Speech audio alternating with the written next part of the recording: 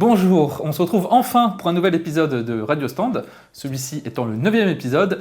Désolé pour l'attente, j'ai reçu pas mal de messages me demandant le retour de cette série, ce qui me fait très plaisir, mais malheureusement j'ai eu d'autres priorités. En tout cas, dans cet épisode, je vais vous parler des forces spéciales américaines qui réfléchissent à remplacer le très célèbre Barrett. Les forces spéciales allemandes, elles, jettent leur dévolu sur le Walter PDP, et le Canada est en train de se débarrasser de ces derniers GP35. Et côté industrie, deux news majeures. Springfield sort un nouvel AR15 rétro qui singe un peu le M16A2 et on a l'entreprise autrichienne Steyr qui se fait racheter par un groupe d'investissement tchèque. Enfin, je conclurai cet épisode comme d'habitude sur les news de la chaîne et sur ce qui vous attend dans les semaines et mois à venir. On va commencer aux États-Unis d'Amérique où l'US SOCOM est en train de faire des essais pour trouver un nouveau fusil qui pourrait remplacer le très célèbre fusil Barrett et le moins connu fusil à verrou Macmillan Mark XV, tous deux en 12,7 par 99 mm ou 50 BMG. L'objectif est d'avoir une nouvelle arme précise capable d'être utilisée jusqu'à 2500 mètres. Le calibre de cette nouvelle arme est libre, donc les entreprises ne sont pas obligées d'utiliser le 12,7 qui n'est pas forcément la cartouche la plus pratique pour le tir à longue et très longue distance. Cette recherche se fait dans le cadre du programme ELR-SR, Extreme Long Range Sniper Rifle, et l'arme qui semble plaire aux forces spéciales est le M30TS, qui va utiliser une nouvelle cartouche, le 375 Enabler. Et encore une fois, on voit la capacité des Américains à créer des acronymes, quoique chez nous aussi, on n'est pas mauvais non plus. Cette nouvelle cartouche est dérivée du 338 Norma et elle a été conçue spécifiquement dans le cadre de ce projet. L'armée américaine n'a pas annoncé l'adoption de ce fusil, mais ça va montrer la volonté qu'a l'armée américaine de remplacer une partie de ces fusils en 12,7 par des armes d'un calibre certes inférieur, mais toujours efficaces jusqu'à 2,5 km, et cela va aussi permettre d'avoir des fusils un peu plus légers. Restons sur le continent nord-américain avec le Canada qui fait enfin une croix sur ses Browning GP35 qui équipent l'armée canadienne depuis 1944.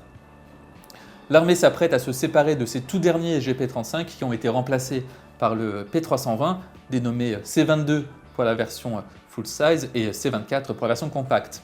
On estime qu'il reste environ 11 000 GP35 dans l'inventaire de l'armée canadienne et la plupart de ces armes seront détruites et seules quelques dizaines ou quelques centaines seront conservées dans divers musées. Et je ne pense pas qu'il existe à l'heure actuelle de possibilité pour les Canadiens d'acheter ces pistolets. Revenons en Europe, chez nos voisins allemands, dont les forces spéciales ont adopté le Walter PDP. Le 1er février 2023, la Bundeswehr avait annoncé qu'elle recherchait un nouveau pistolet pour ses forces spéciales afin de remplacer les pistolets Glock et Heckler & Koch. Comme souvent avec ce genre de demande, c'est un processus qui prend du temps et c'est, je crois, la semaine dernière qu'a été annoncé le choix du Walter PDP. Ces pistolets seront alors désignés P14 et P14K pour la version compacte et selon l'appel d'offres, le contrat porte sur environ 3200 pistolets P14 et 3300 P14K ainsi que 2000 pistolets d'entraînement. Même si ces chiffres ne sont pas énormes, c'est une belle victoire pour l'entreprise allemande qui a un peu le vent en poupe ces derniers temps, car il y a quelques mois, la police de l'État de Pennsylvanie avait annoncé faire l'acquisition de 4500 PDP pour les forces de l'ordre. Le PDP est vraiment un pistolet qui m'intrigue, je suis assez curieux de l'essayer, malheureusement c'est toujours pas le cas, mais je vais faire en sorte d'en essayer un et de vous le présenter cette année. Voyons désormais les news de l'industrie avec Springfield qui suit la mode des AR-15 rétro et qui sort son SA-16A2 qui est en quelque sorte un clone du M16A2. Je trouve que l'arme est esthétiquement très jolie avec le marquage Burst pour le secteur de tir. Alors évidemment, l'arme reste semi-automatique et on a également le marquage indiquant que l'arme est propriété des États-Unis. C'est typiquement le genre d'arme qui me plaît. Je ne suis pas encore certain que cette AR-15 va être commercialisée en France et si c'est le cas, j'essaierai d'en emprunter un pour vous le présenter, même si je prépare une vidéo sur un vrai M16A2 dans un musée, mais évidemment ça va être un peu plus difficile de tirer avec. Autre nouvelle, l'entreprise autrichienne Steyr, à qui on doit le fameux Bullpup Steyr-Hog ainsi que l'excellent pistolet Steyr M9 trop peu connu. L'entreprise a été rachetée par le groupe d'investissement tchèque RSBC pour un montant qui est actuellement inconnu. RSBC, également propriétaire de l'entreprise slovène Arex Defense, à voir l'impact que va avoir cette acquisition sur Steyr. Ce n'est pas forcément une mauvaise nouvelle, cela peut permettre aussi à l'entreprise d'avoir les épaules plus solides pour le développement de nouvelles armes, mais l'avenir nous le dira. Voyons désormais les actualités de la chaîne. Je vous prépare pas mal de vidéos, dont une vidéo sur ce qui est en train de devenir un de mes pistolets à percuteur lancé préférés, le Smith & Wesson MNP9. Je vais également vous faire des vidéos sur les réducteurs de son, ainsi que d'autres vidéos sur pas mal d'armes, majoritairement des pistolets.